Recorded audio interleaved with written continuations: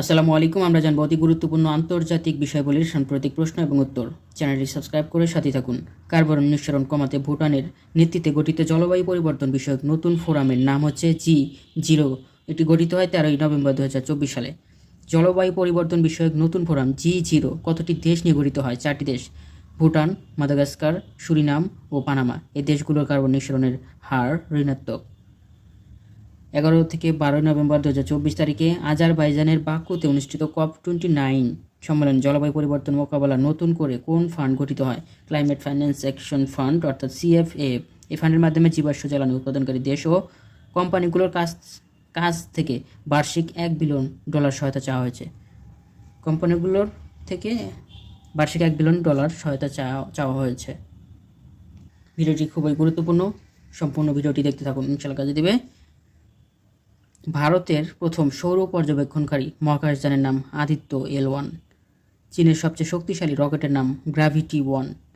পাকিস্তানের প্রথম চন্দ্র উপগ্রহের নাম হচ্ছে IQ-COMAR। যুক্তরাষ্ট্রের ইতিহাসে প্রথমবারের মতো দেশটির পার্লামেন্টে কংগ্রেসের কোন স্পিকার পদচ্যুত হন? Kevin McCarthy.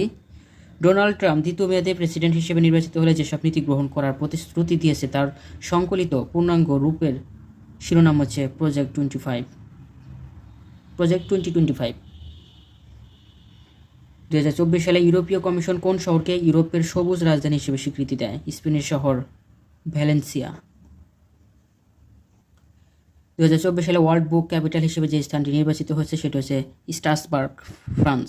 সম্প্রতি কোন দেশ চীনের অর্থায়নে নিরাপত্তা ঘাঁটি নির্মাণের সিদ্ধান্ত পার্লামেন্টে পাশ হয়েছে? তাজিকিস্তান। সম্প্রতি কোন দেশ নতুন শিক্ষা আইন পাশ করে? চীন। চতুর্থ শিল্প বিপ্লবের আনুষ্ঠানিকভাবে উত্থাপিত হয় 2013 সালের 1 এপ্রিল জার্মানিতে। ভিডিওটি ভালো লাগলে অবশ্যই একটি লাইক দিয়ে সাথেই থাকবেন। চতুর্থ শিল্প বিপ্লব কী নামে পরিচিত? ইন্ডাস্ট্রি 4.0। চতুর্থ শিল্প বিপ্লবের প্রধান হাতিয়ার হচ্ছে তথ্য ও যোগাযোগ প্রযুক্তি। mRNA পদ্ধতিতে তৈরি HIV টিকার মানুষের উপর প্রথম ট্রায়াল করা হবে কোন দেশে? যুক্তরাষ্ট্রে। স্বল্পোন্নত দেশগুলো LDC বিশ্ব বাণিজ্য সংস্থা এর দেওয়া বাণিজ্য সুবিধার আওতায় কত শতাংশ শুল্ক মুক্ত সুবিধা পেয়ে থাকে? 97%। বাংলাদেশ 2019 সাল পর্যন্ত ইউরোপিয়ান ইউনিয়নভুক্ত দেশসমূহ শুল্কমুক্ত সুবিধা পাবে। সম্প্রতি ফ্রান্সের প্রেসিডেন্ট নির্বাচনে দ্বিতীয় মেয়াদে নির্বাচিত হয়েছে ইমানুয়েল ম্যাক্রো। তার দলের নাম লা রিপাবলিক অ্যান মার্চ। বাংলাদেশে নিযুক্ত নতুন মার্কিন রাষ্ট্রদূতের নাম ডেভিড